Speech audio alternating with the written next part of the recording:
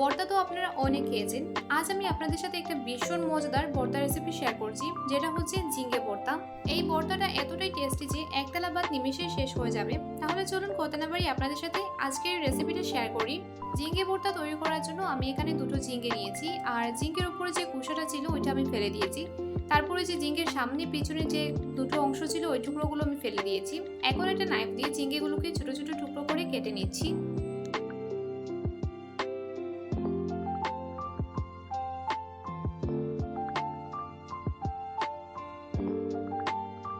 তো আমার ঝিঙ্গেগুলো সুন্দর করে কাটা হয়ে গিয়েছে।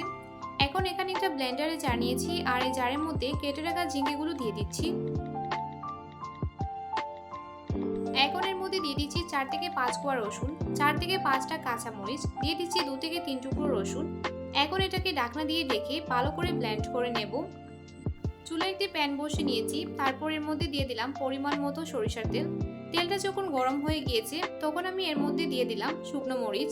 এখন এই শুকনো মরিচটাকে নেড়েচেড়ে ভেজে নিচ্ছি। মরিচটা ভাজা হয়ে যাওয়ার পর এর মধ্যে দিয়ে দিলাম পেঁয়াজ কুচি। এখন এই পেঁয়াজটাকে নেড়েচেড়ে ভেজে নিচ্ছি। পেঁয়াজটাকে কিন্তু একেবারে লাল করে ভাজার কোনো প্রয়োজন নেই, খুব লাল করে ভাজলে এটা কিন্তু মিশবে না। তার জন্য পেঁয়াজটা একটু নরম হয়ে আসবে আর হালকা একটু ভাজার রং ধরবে। ঠিক এই পর্যায়ে এর মধ্যে দিয়ে দিচ্ছি ব্লেন্ড করে রাখা ঝিঙ্গে, আর ঝিঙ্গেটা দিয়ে কিন্তু এটাকে ভালো করে নেড়েচেড়ে নিতে হবে। ঝিঙ্গেতে কিন্তু প্রচুর পরিমাণে জল থাকে, তাই ঝিঙ্গেটা কিন্তু একেবারে লিকুইড হয়ে গিয়েছে। তাই এটাকে ভালো করে নেড়েচেড়ে একেবারে শুকিয়ে নিতে হবে।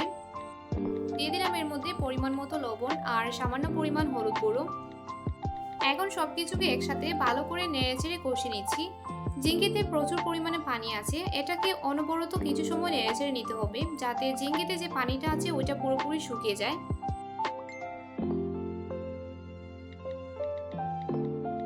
তো ঝিঙ্গে থেকে অনেকটা পানি শুকিয়ে এসেছে, আর এটাকে আমি অনবরত নেড়েচেড়ে নিচ্ছি, যাতে ঝিঙ্গেতে আর যেটুকু পানি আছে ওইটুকু পানিটাও একেবারে শুকিয়ে যায়।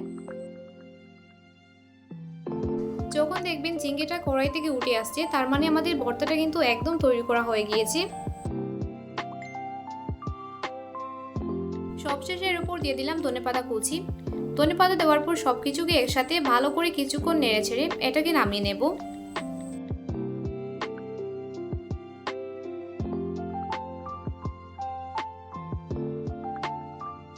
তৈরি হয়ে গেল আজকের ভীষণ মজাদার ঝিঙ্গে ভর্তার রেসিপি। এই রেসিপিটা গরম ভাতের সাথে খেতে কিন্তু অনেক ভালো লাগে। কেমন লাগলো আমার আজকের এই ঝিঙ্গে ভর্তার রেসিপি অবশ্যই আমাকে কমেন্টস করে জানাবেন। এরকম নিত্য নতুন রেসিপি পেতে আমার চ্যানেলটাকে সাবস্ক্রাইব করে পাশে থাকা বেল আইকনে প্রেস করে দেবেন। আজকের মতো এখানেই বিদায় নিচ্ছি। ভালো থাকবেন সবাই। আল্লাহ হাফেজ।